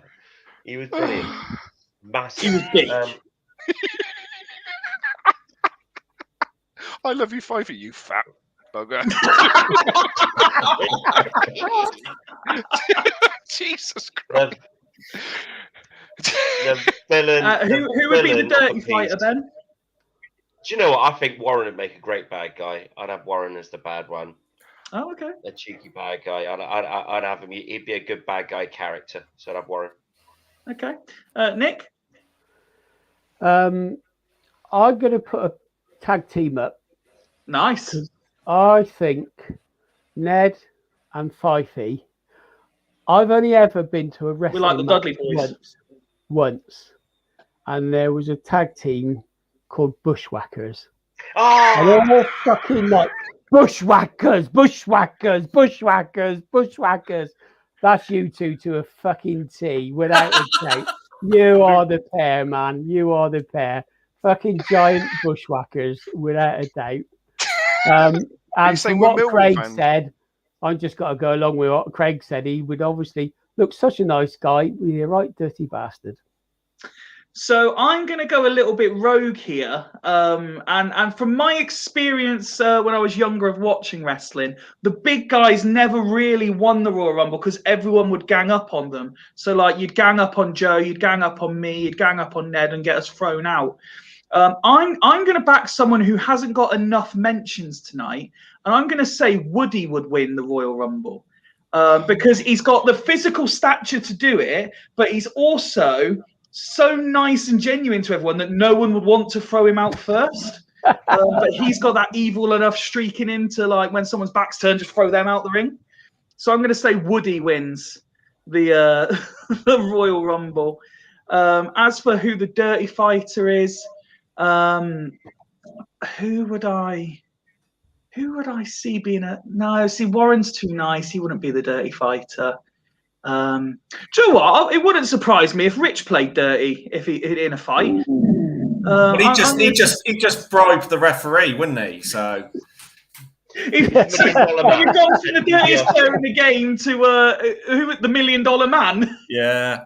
Yeah, Ted DiBiase, $1 Million Man. That's weird. So there we go. There are predictions for the Falls Rushing Royal Rumble, and he went on to follow that up with tonight sees the return of Strictly Come Dancing. So obviously we asked who would win the nightclub dance off, but who's got the skill set in Falls Rushing to win it Strictly? Who? Let's go Ned first. Well, for me, it's King Smooth, isn't it? It's Nick. Is that right? Okay, Nick gets Absolutely. one vote.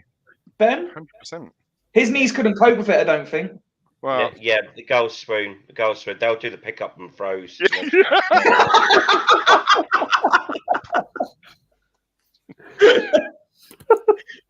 he gets So you go with Nick as well, Ben, yeah?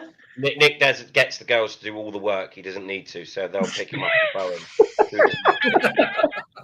He's smooth. Craig? It's got to be Rich. He's got the moves. I'm sure. I'm sure he'd be a good thing on Strictly. But yeah, Rich for me.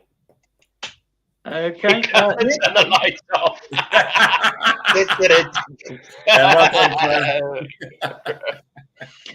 Who are you backing, Nick? It definitely wouldn't be me because my level of rhythm is fucking zero. I have no rhythm whatsoever. I've got to go from what I've seen and what I've heard. It's got to be Rich. He's the man with the moves. And my prediction is going to be. Do you know what? I reckon Joe's got a bit of something about him on the dance floor, but I'm going to say Warren would be the best at Strictly style dancing in Falls Rushing. I bet he is an absolute demon on the dance floor. In a glitter suit with collars. Well, gentlemen, I believe that's all the questions done. We will save the game for Monday's episode because I think it could turn interesting, and I want to give it the time it deserves. I don't want it to feel rushed. So the game that has been submitted by Mike, we will certainly play that on Monday's episode. Thank you to everyone who has joined us in the chat tonight, who either had us on in the background while watching England or for whatever reason chose to watch us over watching England. We thank you all equally. Thank you to everyone who's tweeted, who's sent comments in, and to everyone, as I said at the start, who keeps sending in these brilliant and entertaining questions for the end of our episodes. We really do appreciate it. And as Craig says, bring them on. We evidently won't shy away from answering just about anything. If you are making the trip to Grimsby, have a wonderful day, and please make sure to bring the 3 points back. But from Nick, Ben, Ned, Craig, and myself, again, thank you very much indeed. We've been Falls Rush In, and we will see you on Monday. Good night. Take my hands, take my whole life too, but I can't help falling